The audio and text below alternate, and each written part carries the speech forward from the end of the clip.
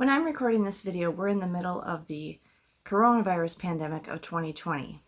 We've already seen major impacts on the travel industry because of this pandemic.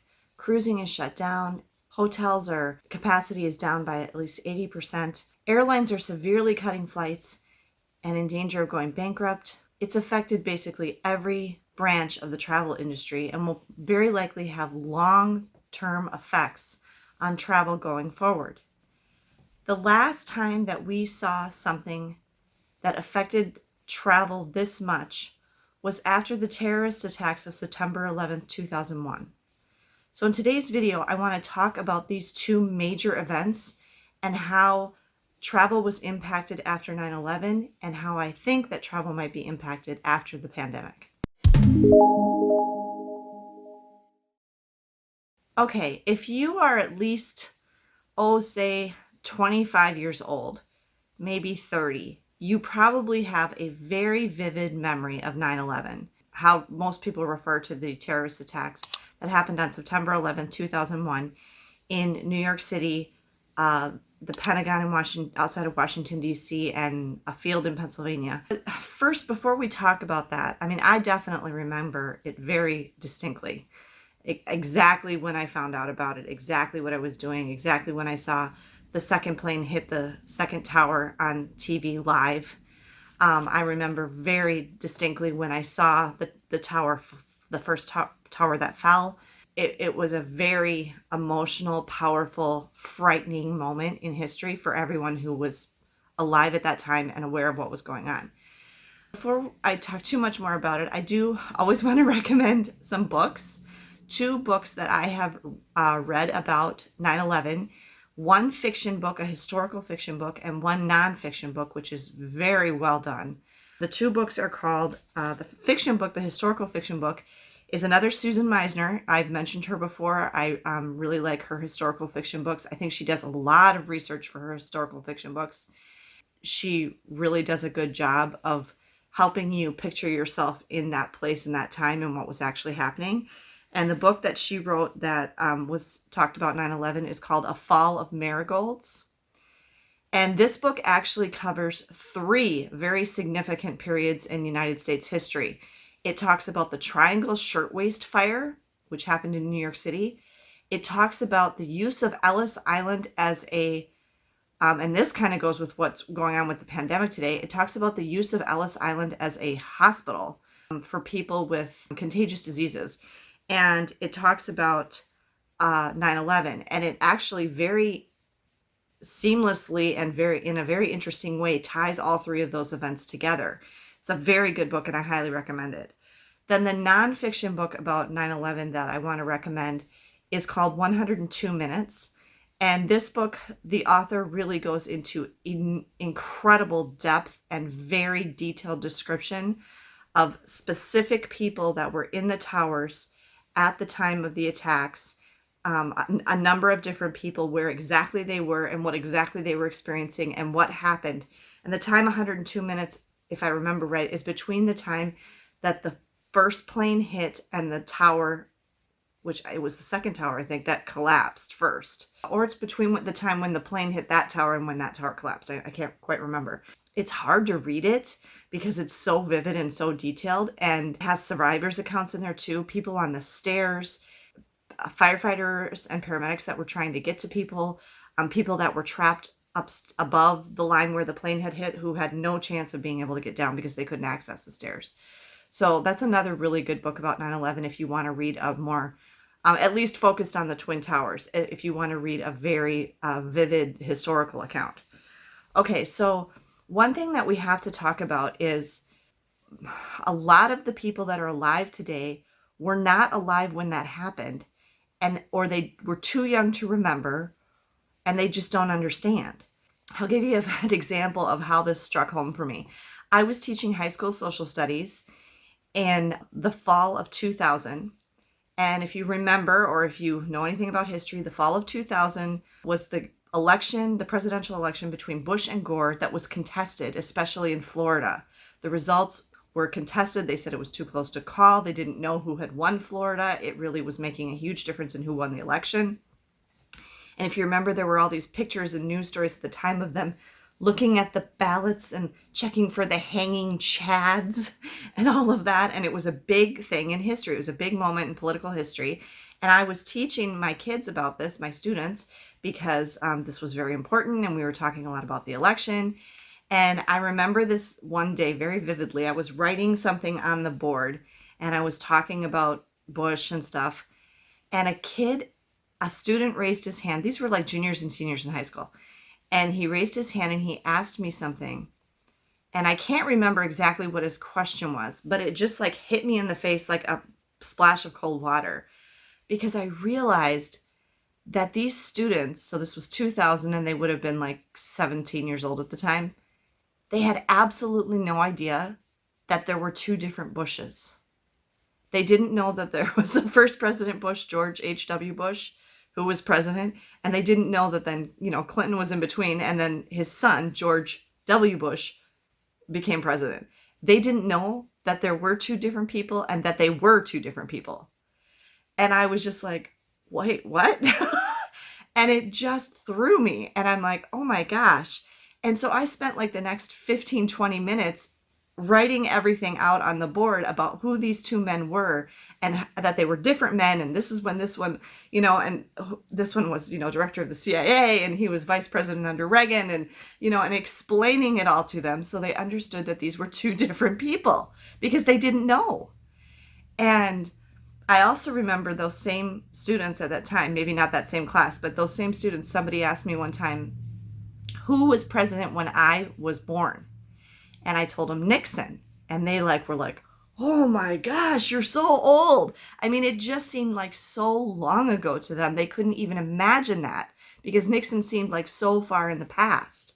And like to us, to people my age, if you're in your 40s, 50s, or 60s or older, Nixon seems like a blip ago, and so that really struck me as a teacher and as a person because I wasn't that old when I was teaching these kids. I was like 28, 29 years old. And at that time, and so I was like, oh my gosh, don't you guys know anything? And so we have to remember when we talk about history, we have to remember that younger people than us might not remember these things and they might not know what they are. Another really powerful example is the Holocaust. We should all, anybody my age or older should know very well what the Holocaust is because a lot of our grandparents and maybe even your parents were alive during World War II and can talk about it vividly. But a lot of those people are gone now. My grandparents have all passed away. My dad was born in 1942 at the very beginning of the war. And so, he wasn't alive. He was alive, but he was just a baby. He doesn't remember. I'm very grateful to our school district because they still teach a very big Holocaust unit in 7th grade. Megan, my daughter, I have mentioned this before, when she was in 8th grade, she had the part of Eva Gering, I always say it wrong, Geringer Schloss, who is a real woman who is still alive, who hid with her family for 2 years and then was captured by the Nazis and sent to Auschwitz. And her father and her brother died in the camps, but she and her mother survived. And her mother married Anne Frank's father after the war. Anne Frank's father is the only one from their family who survived. Anne Frank and her mother and sister died. And so my daughter played this woman in a play at our local children's theater, and she did an amazing job. It's probably still my favorite play that Megan's ever been in. And it was kind of a multimedia presentation where she had to actually converse with her future self on the screen talking. They did an interview with Ava, and she's talking, and Megan playing her at 15 years old is like talking to herself in the future and asking questions.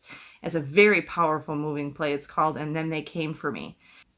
I was very glad that Megan had that experience because she totally understands the Holocaust. The current 7th graders at that time from the school where Megan, my kids, have gone, they brought all of the kids to that play to see it, which I was really happy about because not only did some of Megan's former teachers get to see her in this play, but all the kids in 7th grade that year got to see it.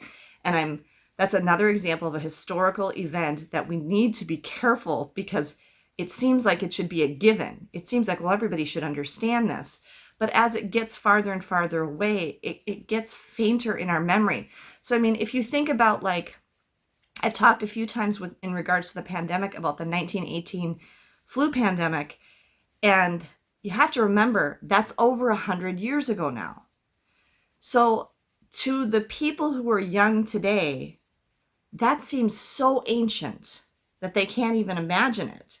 Whereas it'd be like what the Civil War was for us. If you're my age or older, you know, I was born in 1972. So at the time I was born, the Civil War had been over 100 years ago. And holy man, that seems ancient to me. Like, what is this, the Civil War? Seems like a whole nother time. And so that's what the events of the early 20th century and even through the 20th century seem like for the kids today. And we need to remember that when we talk about these things. So for those of you who are too young to remember 9/11, I'm going to explain to you very quickly and briefly what happened. A group of Al-Qaeda terrorists hijacked 4 airplanes out of Boston. They hijacked the planes. The way that they were able to hijack the planes was they were able to storm the cockpit, and I think our best understanding is that they killed the pilots and co-pilots with box cutters. That's pretty gruesome, but that's important that they were able to do that. Okay, they took over the planes and they turned them around. They particularly chose these particular planes, which one positive was that they were mainly filled with business travelers. So they had few to no children aboard, but they had very full tanks of fuel because all 4 planes were scheduled to fly completely across North America to the West Coast. They chose those planes specifically to increase the amount of damage that they would cause when they crashed into their intended targets. They wanted as much fuel as possible on the plane to cause as much destruction as possible. 3 of the planes achieved their goal. 2 of them crashed into the 2 twin towers of the World Trade Center that no longer exist because they fell to the ground in Manhattan. And 1 of the planes crashed into the Pentagon outside of Washington, D.C. in Virginia. The 4th plane, they're not positive of the intended target. Most people think it was probably the White House or maybe the Capitol. But the passengers on that plane, by the time that plane had turned around, had been in contact by cell phone with some of their families. The other 3 planes had already happened and they were on the news, and their families were able to tell them what was happening. And there were some very, very, very brave people on that 4th plane who said, we're not going to let them do this. And they decided amongst themselves that they were going to overtake the hijackers and stop this from happening. They did succeed in stopping that plane from reaching its intended target in Washington, D.C. However, they only succeeded in that they crashed the plane into a field in Pennsylvania, and everyone on the plane died. That's what happened on 9/11. This had enormous impacts on air travel and travel altogether, but especially air travel. The most immediate impact that this event had was that all air traffic was stopped immediately. Like, there were no planes in the sky at all. Everything was grounded right then. And this was very obvious. You don't realize how many planes you see in the sky every day until there aren't any. It was freaky. And it stayed like that for a good while. And a week or 2 maybe before they let anybody fly again. There's a really great Broadway play that is coming to Minneapolis in August, and I'm hoping we'll be able to go see it or that it'll get rescheduled. It's called Come From Away, and it's about planes that were flying to the United States that day from Europe. And when they got close, they said, you can't come here. You can't, they were supposed to land in New York maybe. And they were diverted to Canada. I think it was Nova Scotia. And they landed, and the people of this little town in Canada took all these passengers in and took care of them while they were stuck there. And I've been really excited and looking forward to seeing that show. It's hard to imagine how they made a Broadway play out of this, but I'm excited to see it. So anyway, side note. Anyway, so that basically was the event of that's what happened on 9/11. If you are too young to remember or don't actually know, it's very obvious to me. Megan and Ben were not born. They don't have any memory of this. Andrew was 4 years old. I very distinctly remember him being next to me as we were watching it on TV. We were actually waiting for his dad to come pick him up. that day because it was a Tuesday and his dad took him on Tuesdays. And it was a nice day. My dad was going to go golfing. My dad had come over, and on the way over to my house, my dad had called me and said, you need to turn on the news. And I'm like, why? What's going on? And he said, a plane hit one of the World Trade Center towers. And at the time, I remember very distinctly, we thought it was an accident. We thought, oh my gosh, that's terrible. But then I remember my dad and I and my son Andrew were sitting there watching it. And then Andrew's dad came to, and I don't think he was in the military yet. Andrew's dad started a military career fairly late in life, like in his 30s, and I don't think he had enlisted yet. No, he hadn't. And so I almost wonder if that event actually was one of the things that prompted him. I've never asked him that, but I wonder if that was a very powerful thing that prompted him to join after that. He enlisted after that.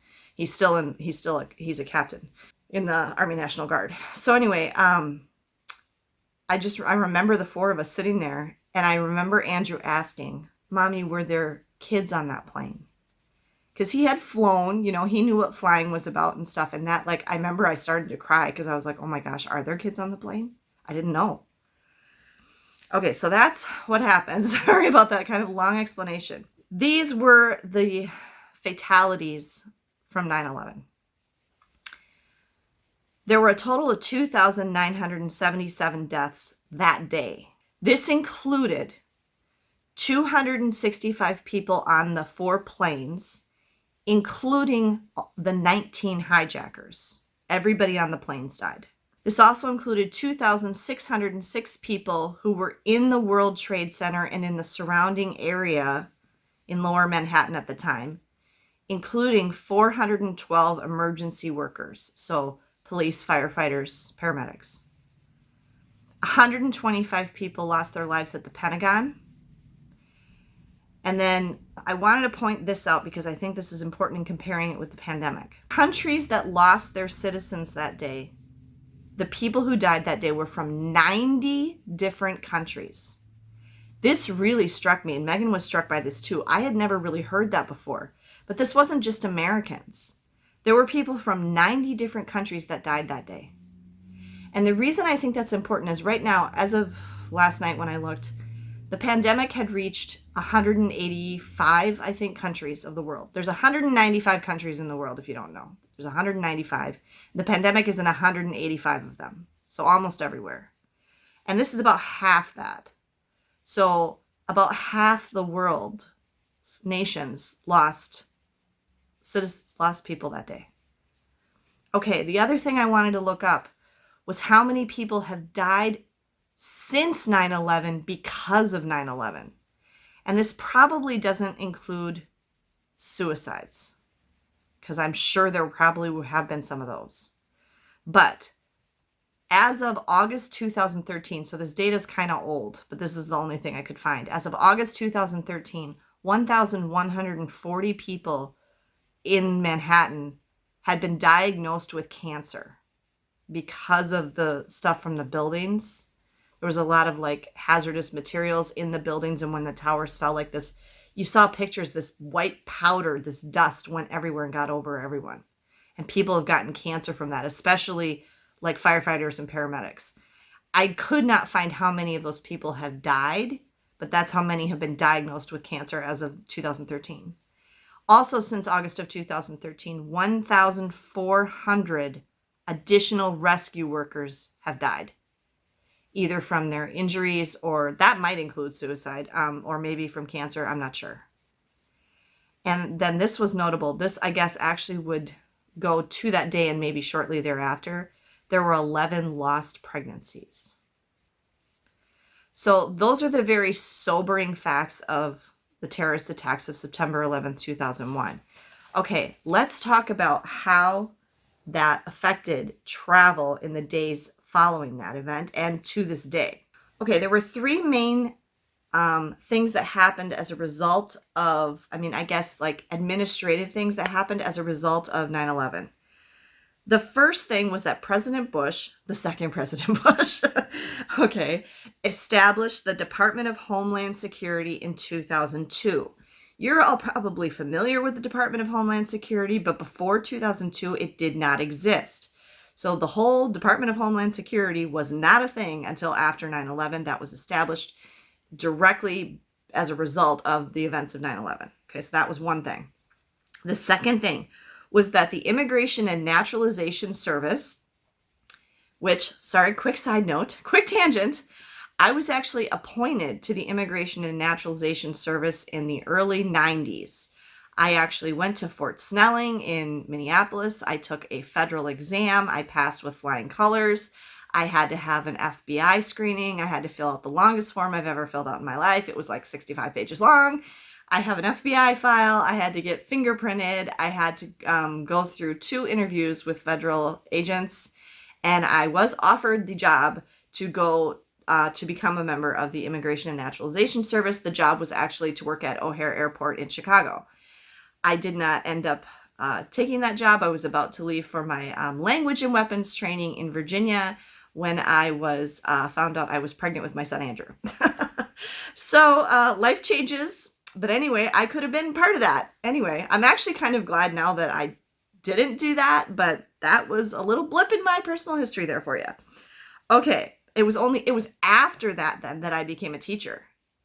Because yeah, I actually had a degree already in sociology, and one aspect of sociology is criminal justice, and that's what I was interested in, and that's why I was pursuing that with my first degree. That's what I was planning on doing, was to go into law enforcement and, stuff like that. So way big life change. I ended up having Andrew, and then while I was pregnant with him, went back to school and got my education degree. So there you go. Weird things. Okay, but anyway, the Immigration and Naturalization Service and the United States Customs Service, which were both part of the Department of Justice, were consolidated into the United States Immigration and Customs Enforcement, which we all now know as ICE. We're not going to talk about ICE, but that's the second thing that happened. Okay, the third thing that happened was the establishment of the Transportation Security Administration, the TSA. These are the people that you see at the airports in the blue uniforms, okay, in the blue shirts, the security people at the airport. Prior to this, security at airports was really kind of hit or miss. It was left up to the individual airports, and most of the people who did security at the airports were private contractors hired by private companies. So the establishment of the TSA was probably the most visible change to travel that most people see. Okay, part of a whole bunch of things happened with plane travel and at the airports, and these are the things that are probably most obvious to people. Most people probably don't on a daily basis really have any kind of personal thing affect them with the Department of Homeland Security or ICE unless you're an immigrant. But I mean, the part with the travel really did make it's very different now. When you go to an airport now, as opposed to when you went to an airport even when I was in my 20s, it's really different, okay? Here's some of the things that I could think of that are different. Everybody's got to go through a metal detector, okay? I think you had to go through a metal detector before that, but I can't quite remember. But now they implemented those full body scans. Has anybody ever done those full body scans? Another one that I've thought of, because this happened on one of our most recent trips, is dogs going around you and sniffing you. I am not sure if those are bomb sniffing dogs or drug sniffing dogs, but I found out a fun little tidbit. If the dog sniffs you, you don't have to take off your shoes. Okay, I'm going to come back to the shoes and the liquids, because that's not actually from 9/11. That's from something that happened shortly after 9/11. Okay, weapons. Did you know that before 9/11, you used to be able to take a knife on a plane with up to a 4-inch blade? Okay, I mean, now we'd be like, that's crazy, but you could. Okay, so weapons were completely banned on planes, including anything that could be even remotely confused with a weapon. That brings me back to what I said about the terrorists overpowering the pilots on the planes by breaking into the cockpit and storming the cockpit and killing the pilots with box cutters. They would not be able to get those box cutters on the plane now. Also, the cockpit now is always locked. You used to be a lot more open. I mean, I can remember Andrew going up in the cockpit and sitting there putting a little pilot's hat on and the pilot showing him around when he was little. You can't do that anymore. I mean, it'll be open when, Is it? Is it open when you get on the plane still? I can't remember. You know, and they might like stand there and say hi to you. But once you're in the air, that cockpit is locked and nobody's getting in or out of there. Another thing that changed, and this was a big one, is before 9/11, anybody could go to the gate. I've talked about this before. I talked about this in one of my misadventures in travel videos. Anybody could go to the gate. Okay. So when you took a lot more people used to take their family to the airport. And this was why. Because you could take your family, your person, your boyfriend, your sweetheart, your grandma, whoever was going to be traveling. You could go through security and go right in there with them and take them right to the gate and sit and wait with them and talk with them and see them get on the plane. And as the plane was pulling away, you could wave from the window. Okay? And same thing when you were picking someone up. You could go to the gate, you could sit there in the chairs, you could wait for the plane to land and then taxi it to the jetway, attach the jetway, and then all the people. I remember very distinctly many times, either my parents probably standing there waiting for me to get off a plane. I know they did when I came back from London, Ireland, one of those, when I was young, and they'd be standing right there when I got off the jetway. And I remember picking people up at the airport and standing right there and seeing them come off the plane. This was like a big deal. This was what people did. You can't do that anymore. After 9/11, they stopped doing that. The only people that can get through security now are people with a ticket.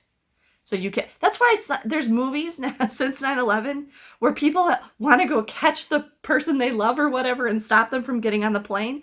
You'll see them in the movies. I can't think of a movie. Valentine's Day, I think. They do it in that one.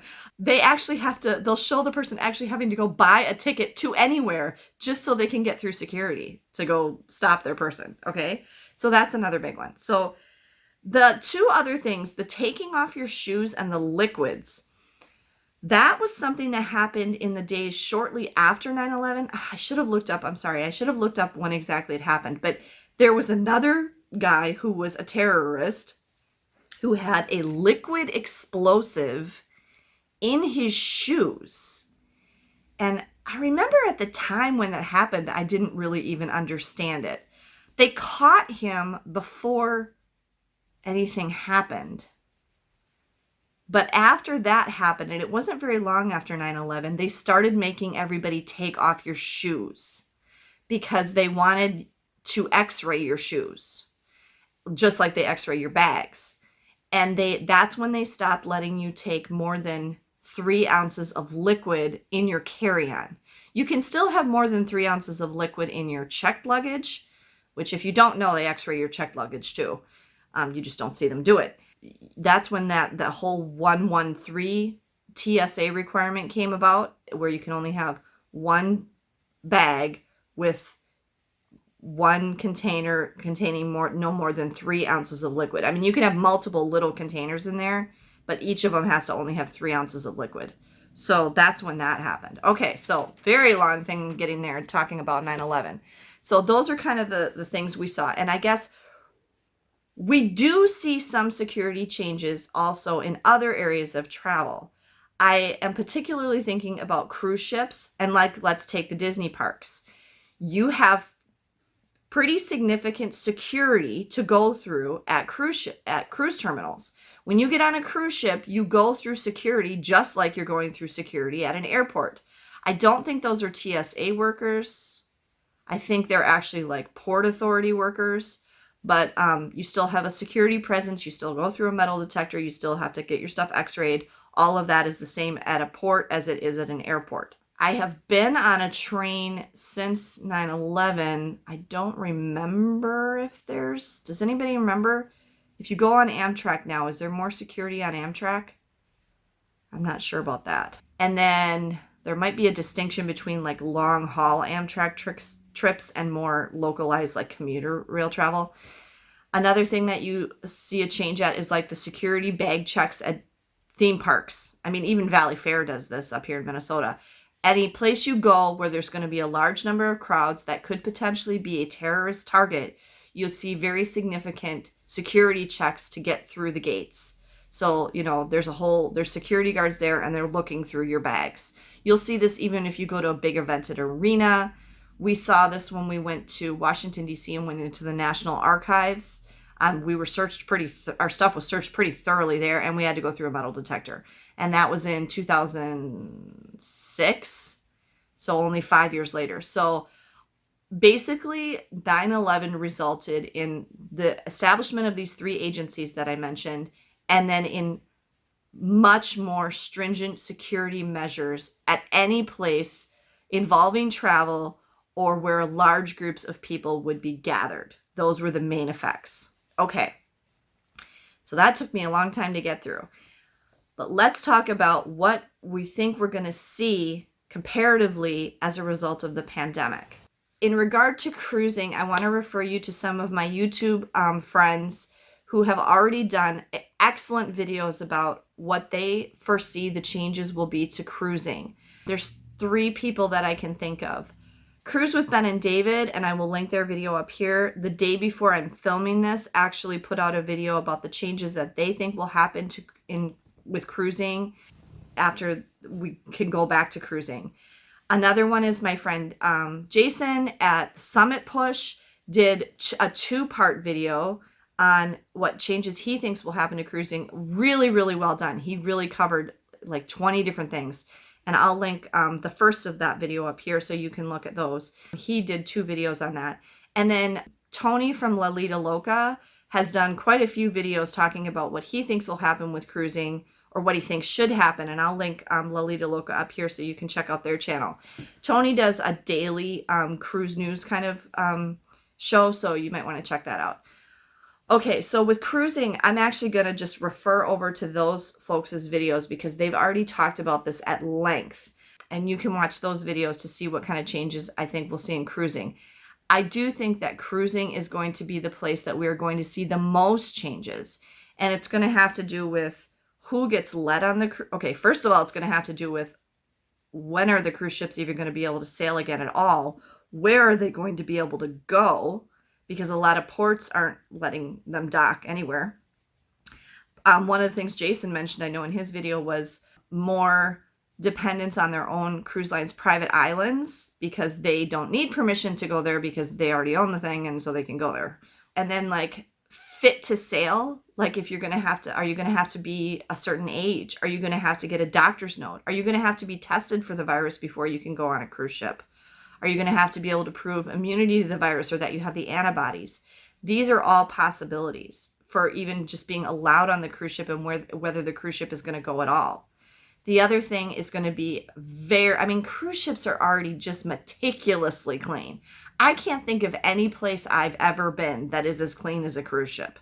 I swear, cruise ships are cleaner than my doctor's office, okay? So cruise ships are really clean already, but they're probably going to become, because they're already nervous about things like norovirus, but they're going to be even cleaner. And one of the places I think that we're really going to see a change is in the buffet restaurants.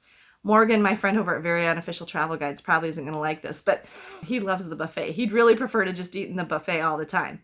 Some cruise ships, I think even early on when cruise ships were still sailing at the beginning of the pandemic before they were all like ordered to shut down, we're already doing this, which is not having people serve themselves in the buffet, not having people handle the utensils, but you still going through the buffet with your plate or whatever, but the cruise line guy, the crew is dishing up your food for you.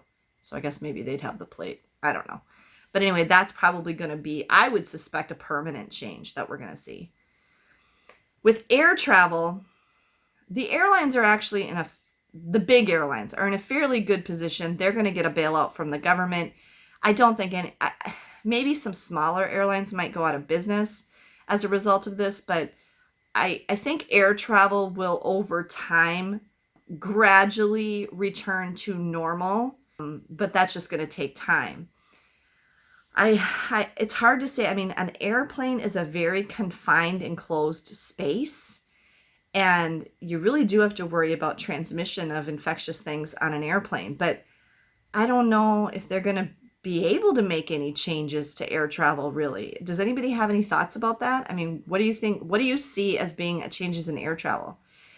And then I guess the other big thing, well, 2 other big things that I think are going to come as a result of the pandemic. One is we don't know when these countries and places are going to open their borders again.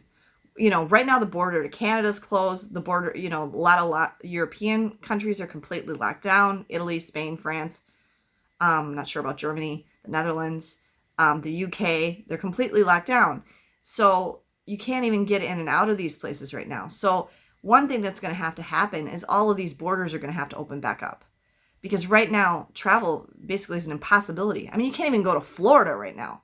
So, I mean, you can, but they're going to make you quarantine. Same thing with Hawaii. You can go there, but they're going to make you quarantine in a hotel room for 14 days. So if you were planning on taking a week's vacation, forget it, because you're just going to be in your hotel room.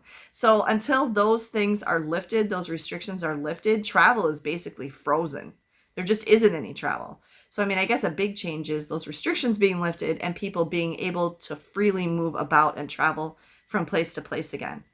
And then the last thing, and I really wonder about this, and I don't know how to reconcile this, is I really feel like for a long time, if not forever, people aren't going to want to go to crowded places. So what does that mean for like theme parks and amusement parks, the Mall of America, Nickelodeon Universe? Check out my Nickelodeon Universe video right here so you can see what the crowds are like. Disney, I mean, check out my last vlogs from last year from our Disney trip and look how crowded it is. It's just so many people in such a small space, and there's no way they're not passing this virus around in places like that. I mean, I already know of at least one story of a guy who was one of the last people. He was like 30 years old that was at Disney on one of the last days before they closed the parks down, who's dead now because he got the virus on his trip to Disney and came home and got really sick and passed away. People are going to be very uncomfortable about attending events and going to destinations where there's lots of crowds. I mean, I've already been thinking in my head, revising my travel plans for the next year or two, trying to decide where's some place we could go where it's remote, you know, where there's, I mean, check out our Northern Adventure videos from our last trip, our last fairly significant trip that we took, which was in October of 2019. There was no people up there. That is the kind of trip that you almost have to take. But here's the problem with that. If everybody tries to avoid the crowded places and try to find alternatives where there's no people, well, what's going to happen is the alternatives where there's no people are going to become the crowded places with a bunch of people. So it's going to be increasingly difficult to find places without a lot of people in them that aren't popular. China just recently lifted their travel restrictions and their tourist sites got completely slammed. I mean, the pictures I saw were horrifying. The virus isn't gone, folks. It's still there. There's no vaccine. And so they're very scared. China's a little nervous now because, I mean, people were literally like wall to wall touching each other. They all had masks on. But, I mean, they're at these tourist sites and they're just crammed in because they've been locked down for, I don't know, 76 days or something like that, where they couldn't leave their homes at all. And they just want to go somewhere so bad. And I'm a little bit concerned that the same thing might happen in the United States and elsewhere in the world when we lift these restrictions, that everybody's just going to go, yay! And go, yay, we can go to Disney! Yay, we can go to Dollywood or Busch Gardens or wherever we're going to go. And there's going to be a resurgence of the virus. So that's why if you go back and you haven't watched it already, I'd really like you to go back and watch my, I don't know if I have any of these left, but go back and watch my When Can We Travel Again video, because the video is doing very well. I really am sticking to that. I say that travel will not return to normal until at least the fall of 2021, because when they lessen these restrictions, I'm just really afraid there's going to be a second big wave of infections and deaths, and they're going to have to scale it back again. I've mentioned this before, but in the flu pandemic of 1918, 1919, it started in March, and then people started going back to school again in the fall, and the most deaths from that pandemic were actually in October. So I don't want that to happen here, and I'm a little scared of that. So I really am kind of sticking to my guns on that. It's going to be at least a year or more before we can really see travel get back to any semblance of normality. So anyway, those are my thoughts and analysis of how travel changed after 9/11 and how travel, I predict, might change after the pandemic is over. I mean, right now, it's really too soon to tell. It's really too soon to say what's going to happen. I mean, we still don't even know how long we're all going to be in lockdown. So, or on these stay-at-home orders. I mean, it could be months still from the time I'm making this video. So hopefully, as things start to change, I can make another video or future videos in the future talking about updates on this. I really appreciate your thoughts, questions, and comments. Please leave them in the comments below. If you like this video, please be sure to give me a thumbs up down below. And if you have not subscribed to my channel, please be sure to subscribe. I've got lots more great ideas coming. Even while we're still stuck at home, I've got some really cool video ideas coming for you guys. So be sure to watch those. Thank you so much for joining me today, and safe travels.